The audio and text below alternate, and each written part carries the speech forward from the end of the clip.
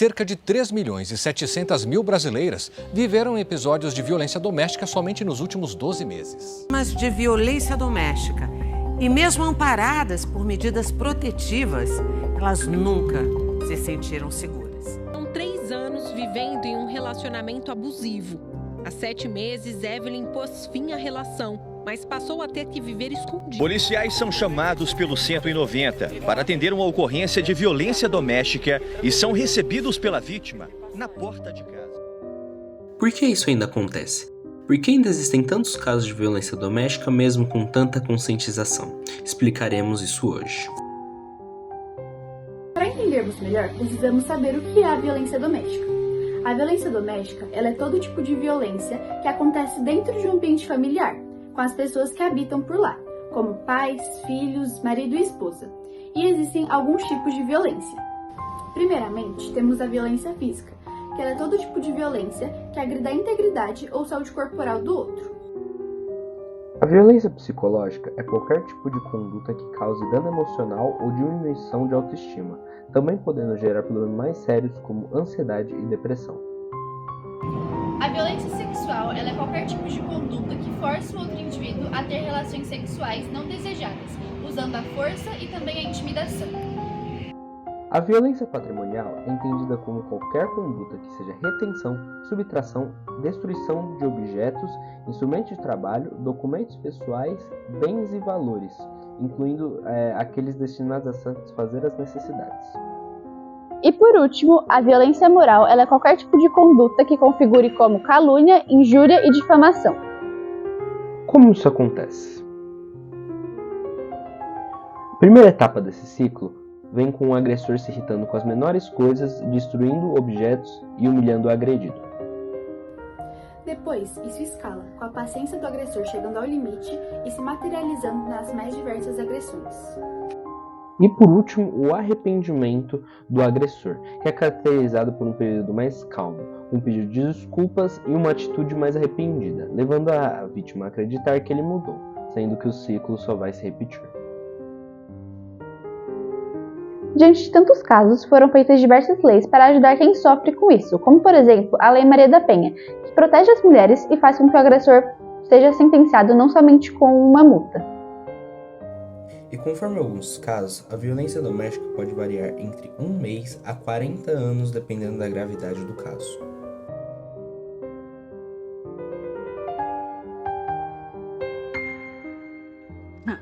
As mulheres apanham porque gostam ou porque provocam.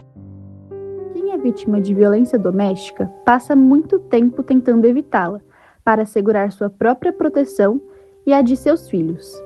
As mulheres ficam ao lado dos agressores por medo, vergonha ou falta de recursos financeiros, sempre esperando que a violência acabe, e nunca para manter a violência. A violência doméstica só acontece em famílias de baixa renda e pouca instrução. A violência doméstica é um fenômeno que não distingue classe social, raça, etnia, orientação sexual, idade ou grau de escolaridade.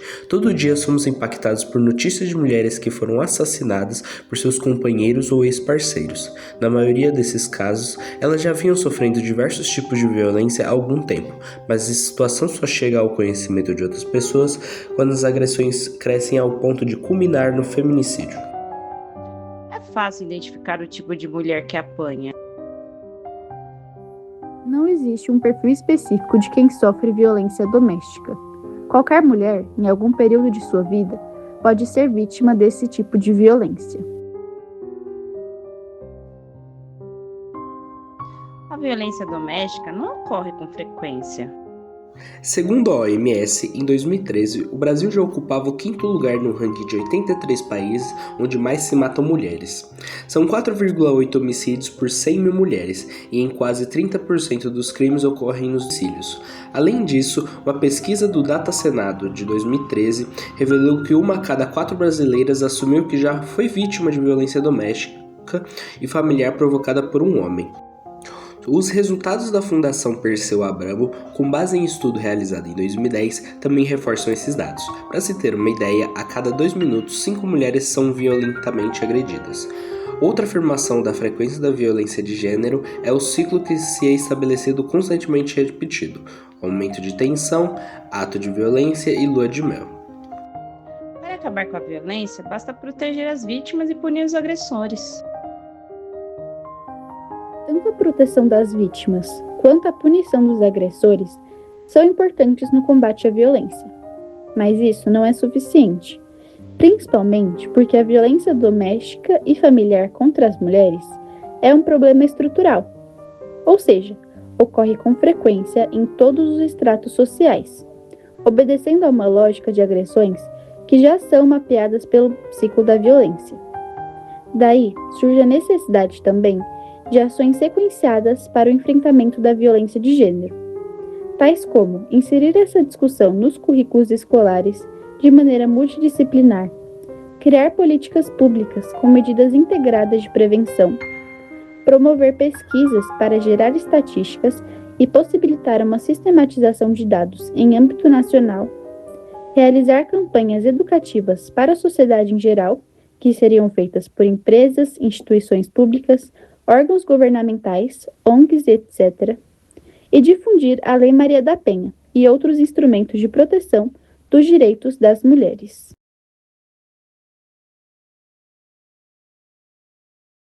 Há um vídeo feito por Maria da Penha junto com o governo federal, na qual ela conta a sua própria história. Todas as condições que as mulheres sofrem da violência doméstica eu sofri. A Maria da Penha, graças a Deus, sobreviveu a uma tentativa de homicídio, porque no momento em que eu estava dormindo e recebi um tiro e acordei com aquele barulho, eu não pude mais me mexer. Então, imediatamente eu pensei, puxa, o Marco me matou. E por conta disso eu passei 2 meses hospitalizada, né? Passei por 2 cirurgias e ainda passei mais 2 meses no Sara Kubitschek de Brasília. Eu comecei então a temer pela minha vida. Não dormia à noite, mas dormia durante a manhã e sempre eu demonstrava estar acordada para ele não tentar contra a minha vida, porque ele me proibiu de receber amigos e familiares, a não ser com a autorização dele. Então eu fui mantida em cárcere privado. Um belo dia ele perguntou, você não quer ir tomar banho no banheiro? Aí eu fui, e no momento em que eu fui sentir a temperatura da água, quando eu coloquei a mão, estava passando corrente elétrica. Aí ele saiu ali, chutando as paredes, dizendo, só por causa de um choquezinho desse, você está pensando que eu quero lhe matar? No início, até a naturalização dele era uma relação muito boa e saudável.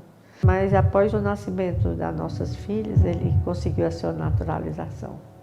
E no momento em que se sentiu naturalizado, ele começou a mudar totalmente a sua maneira de ser. E eu cheguei a conversar com ele e dizer, olha, nós não estamos mais nos dando bem, vamos nos separar? Ele, não, eu não me separo de você, eu gosto é de você. Então eu pedi à moça que trabalhava na minha casa que fosse no telefone público e pedisse às minhas irmãs que providenciasse um documento para eu sair de casa, sem que isso fosse considerado um abandono de lar. E assim eles fizeram.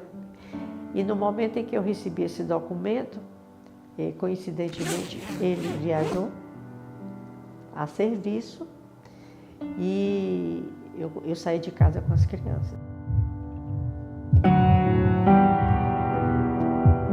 Eu devo a minha luta ao movimento de mulheres. Eu comecei a me conscientizar de que realmente eu tinha sido vítima pelos exemplos que elas contaram e eu comecei a participar dos movimentos de mulheres. O meu caso foi em maio de 1983. O caso só foi descoberto no ano seguinte.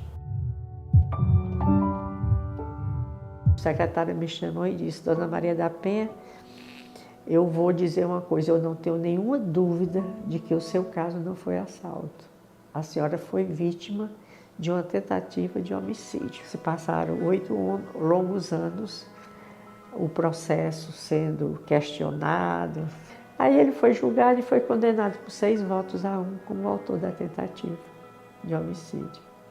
E na mesma hora, a defesa pegou, tirou um papelzinho do bolso, do paletó, e disse, esse julgamento aqui foi contra a prova dos autos, estou solicitando que seja anulado, vou entrar com recurso para anulação. Aí um dia eu chamei o movimento de mulheres, umas amigas de lá, e eu disse, me diga uma coisa, vocês acreditam que o Tribunal de Justiça vai anular esse julgamento? Aí uma das meninas disse assim, não se iluda, na justiça nós temos muito machistas.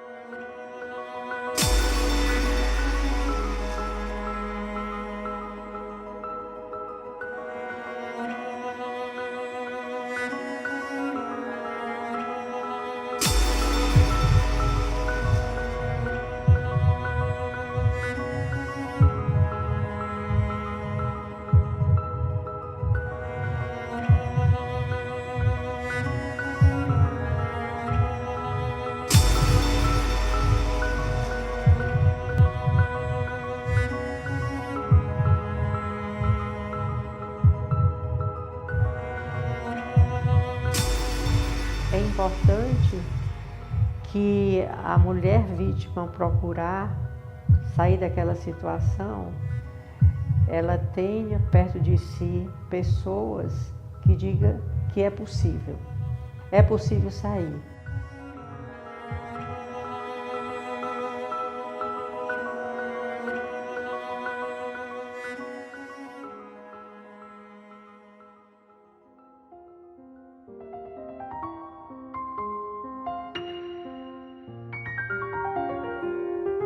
A violência doméstica não é apenas um problema individual, mas uma questão social que afeta milhares de pessoas todos os dias.